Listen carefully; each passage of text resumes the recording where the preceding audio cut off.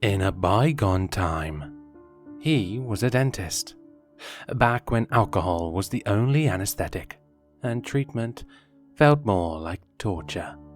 When one might see on a table at their side a pair of pliers, a handsaw, and an assortment of other tools which seemed better suited for a construction yard than human teeth.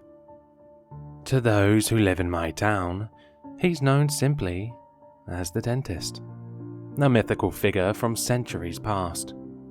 But he is more than myth. He was alive once, and now he lives again. What makes him such a unique character are the circumstances in which he ended his career. He'd been working on a young woman one afternoon who'd been plagued with an awful reoccurring toothache, poking and prodding at her teeth with a metal curette, when something changed in his eyes. According to the woman, he looked as if his soul were pushed aside, and something else had taken its place. Something evil. He began to incessantly scrape at her tooth in a quick back and forth motion, as if trying to burrow into the tooth's core. "What are you doing?" she mumbled, and received no answer. She ordered him to stop, but still he continued to scrape, until finally she kicked him away and hurried to the door.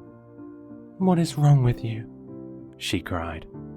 The dentist silently turned his head toward her, swapped the curette with a pair of scissors, and to her horror, began cutting his lips from his face. The woman had seen enough and promptly fled from the building, warning others along the way. It is from these others that the story continues, particularly from a local veteran who, having seen a great deal of mental anguish and suffering in his time, felt himself to be just the man needed to help the dentist through what seemed to be a clear nervous breakdown.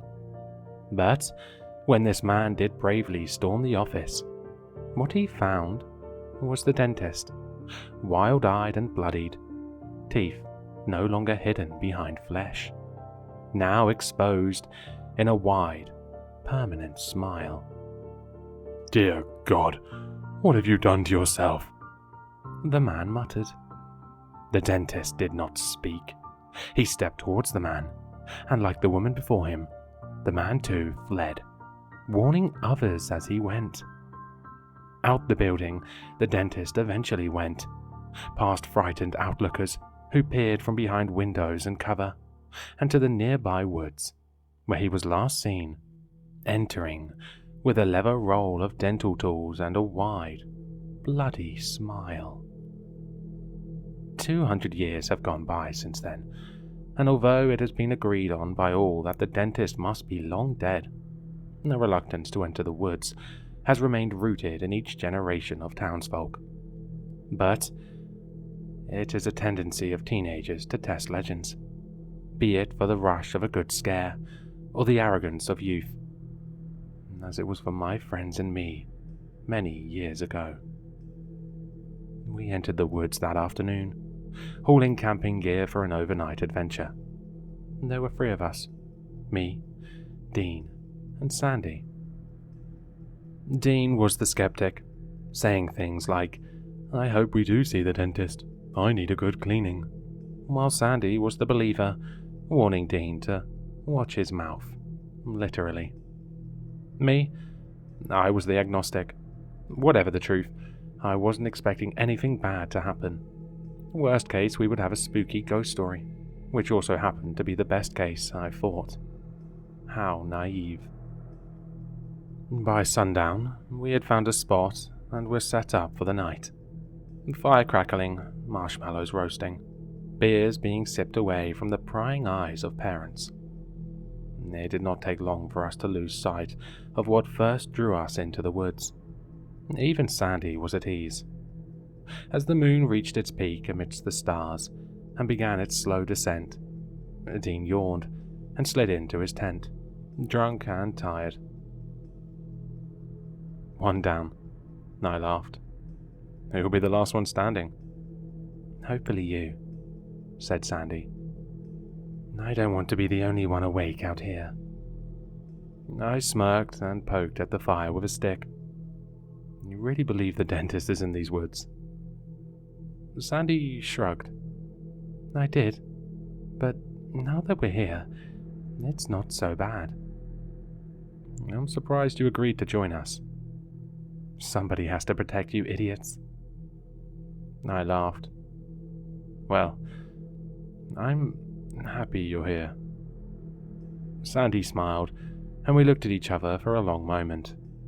Then she quickly looked away and said, "Anyway," and stood. "I'd better go to bed." My heart sank. "Oh, okay. Good night then." I stood, not knowing how to react. Hug, handshake, high five.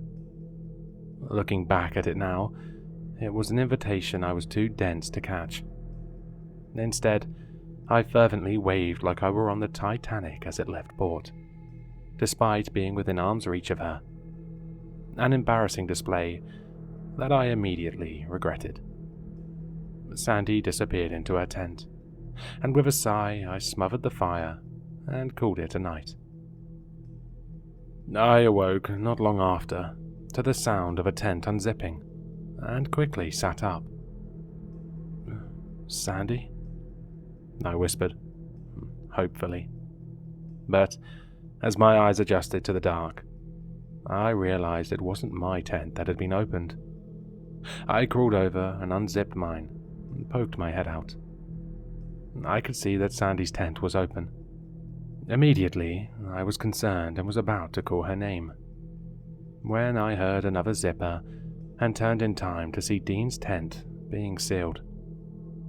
I felt the breath torn from me and slumped back into my tent. Dean and Sandy, of course. How could I be so stupid?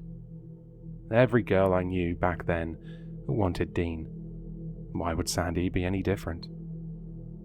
I sat back up, zipped my tent closed, and then laid on my sleeping bag, broken-hearted and bitter. Within the hour, I had drifted back to sleep. When I awoke again, it wasn't to the sound of a zipper, but rather the sharp sensation of metal scraping my teeth, accompanied by something wet dripping onto my face. When the reality of what I was feeling hit me, I opened my eyes in a panic. Kneeling over me, with a wide smile, was Sandy. "Fuck!" I yelled, and kicked her off me, then quickly rolled away and grabbed my flashlight. I clicked it on and pointed it at her. And that's when I saw that all of the flesh which had once covered her teeth had been cut away, and all that remained was a blood-dripping, toothy grin. Behind her wild eyes was a soul, not her own. I yelled for Dean. No response. Sandy, curette in hand, began coming toward me once again, and as she did so, I fumbled through my bag and pulled out a pocket knife, then quickly cut through the fabric at the rear of the tent and hurried outside. "Dean!" I yelled. Still no response. I ran around my tent and over to Dean's and stuck my head inside. "Dean, we've got to..." I paused. The tent was empty. I quickly backed out and turned to see Sandy sauntering in my direction. Then, behind Dean's tent, I heard the snap of a twig. I spun around, and there Dean was, a broad, lipless smile and a possessed look in his eyes. He began to step toward me, metal curate glimmering in the moonlight, ready to scrape. Without hesitation, I turned and sprinted from the campsite, jumping over logs, ducking under branches, and pushing through thorny bushes. I was propelled purely by fear, unsure if I was heading out of the woods, nor deeper inside. As I fled, I stole a glance behind me, and, to my absolute horror, found that they were sprinting after me. Then I tripped, stumbled hard into a narrow and shallow creek, a fall that I soon realized had resulted in a broken ankle. But I had no time to nurse my injury, cry, or complain. I knew the creek was near the edge of the woods. I was almost out. I pulled myself out of the creek and onto the bank, and then stopped. Inches from my face were tattered leather boots from centuries past, and as I looked up, I could see the rest of the man, dressed in ragged colonial clothing, and his face as tattered and aged as his attire. Rotted flesh and tufts of white hair, cloudy eyes without lids, and a wide, lipless smile. The dentist. I pushed away back into the creek toward Dean and Sandy, who were now so close I could hear their slurping breaths. I stood and limped down the creek, and the dentist followed along the bank. Then Dean and Sandy arrived on the opposite side, and they too had slowed to a walk and were following. Grotesque smiles and glimmering metal curettes surrounded me, but they would not step into the water, and as I limped and stumbled down the creek, occasionally falling in pain, then quickly pushing myself back up, I saw the light from a nearby house just outside the woods. "Help!" I shouted. I kept limping forward. The smiles kept following. "Help!" As I continued, the first hint of dawn began to show. I yelled again, as loudly as I could. "Help!" The sun was rising, birds were singing, yet the smiles still followed. I sped up. Pain was shooting up my leg. Again I yelled, now jogging on a broken ankle. I could see the sun on the horizon as I reached the edge of the woods and fell into the yard, and yelled once more. A door opened, and a woman rushed outside. "We've got to get inside," I cried. "Please." She noticed my ankle and said, "Wait here. I'm just going to call an ambulance." "No," I yelled. "We need to get inside first." She stopped. "Why? What's wrong?" They're in the woods." "Who?" "The dentists." The woman looked past me and frowned. "I don't see anybody." I turned and looked. They were gone. Dean and Sandy were never found, but I know they're out there, waiting. I do not know for sure why they ended up the way they did, while I was seemingly spared. The only reason I can come up with is that some people are chosen as dentists, while others, such as myself, are patients, whose teeth are poked and prodded, but whose smile remains only temporarily. If you ever do happen to come across the dentists, I sincerely hope that you are the latter.